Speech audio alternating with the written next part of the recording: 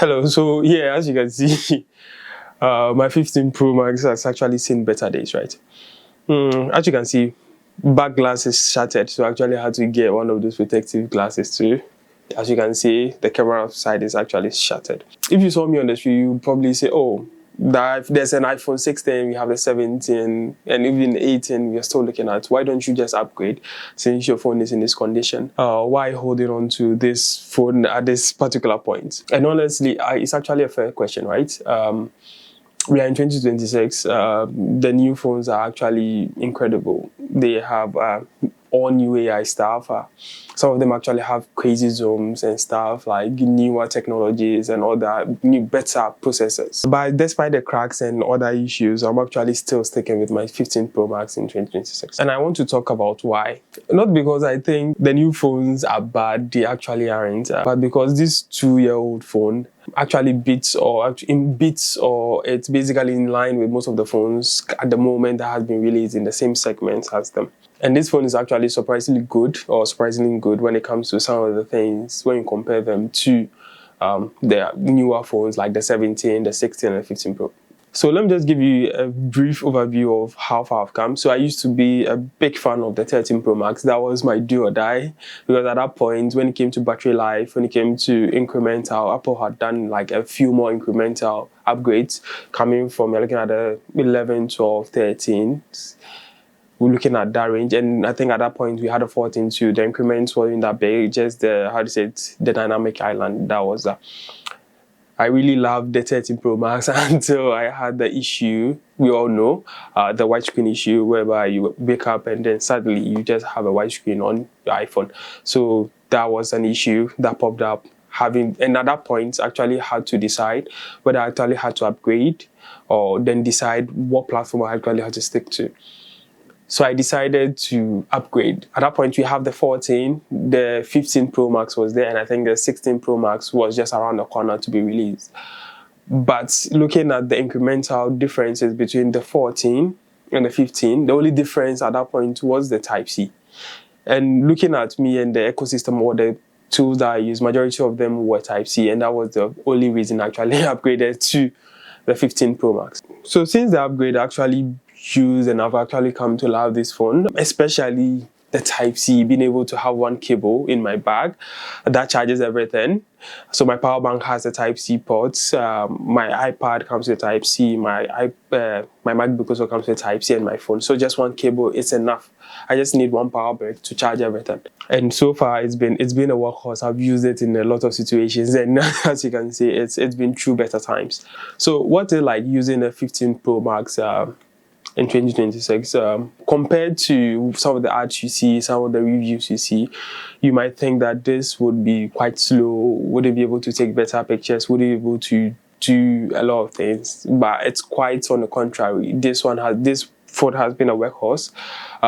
It sometimes impresses me up to today. I'm able to get like things out of it I never thought I would.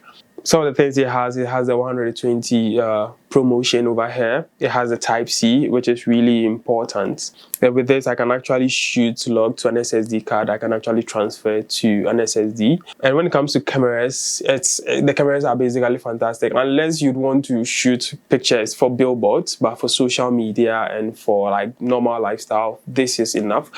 You have between 12 megapixels and 48 megapixel resolution when it comes to taking photos. It can take raw photos as well. To me, it feels like it has gotten to a point in time or a point whereby most of the text that can actually come in at the moment are just adding just slight differences or slight upgrades to general things.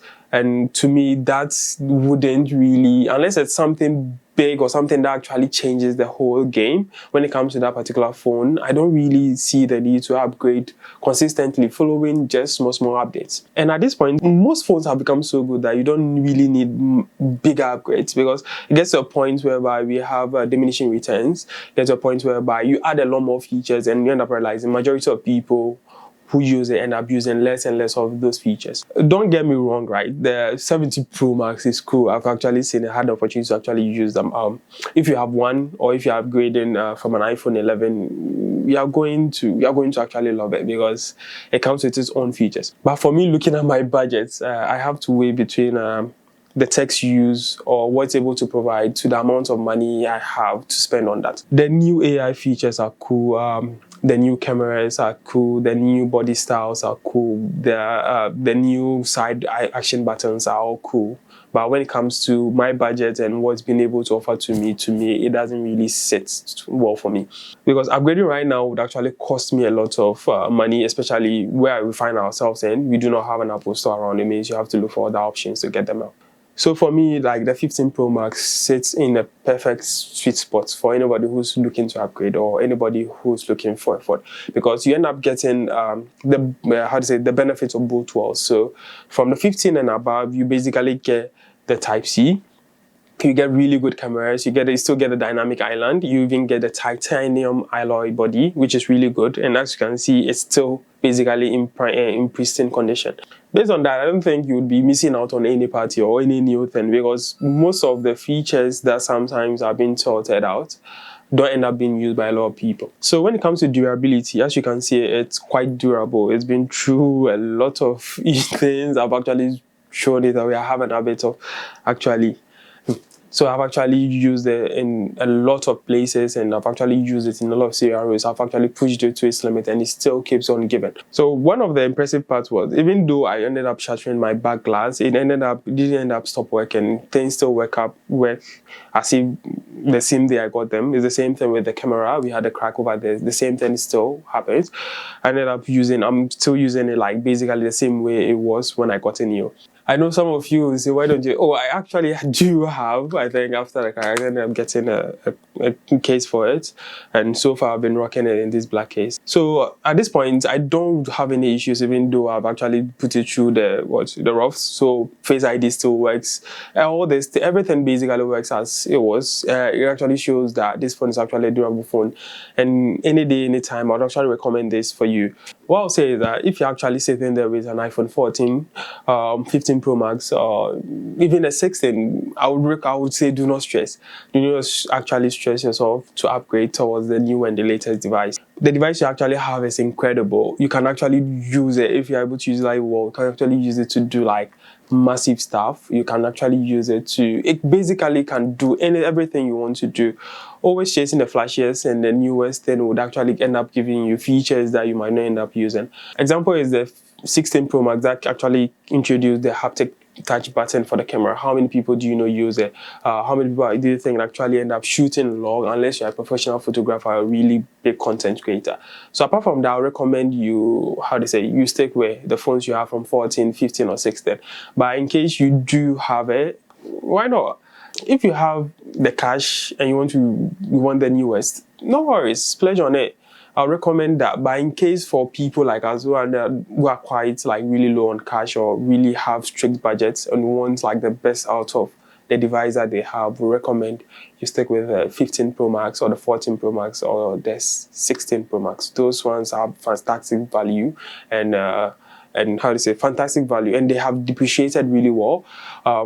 And we recommend that you get them any day, anytime. Thanks for hanging out. Let me know in the comments how old is your current phone, because I know people who use phones for almost like 5-6 years. Are you upgrading or you're still holding up to that phone? Let me know in the comments. Catch you in the next one.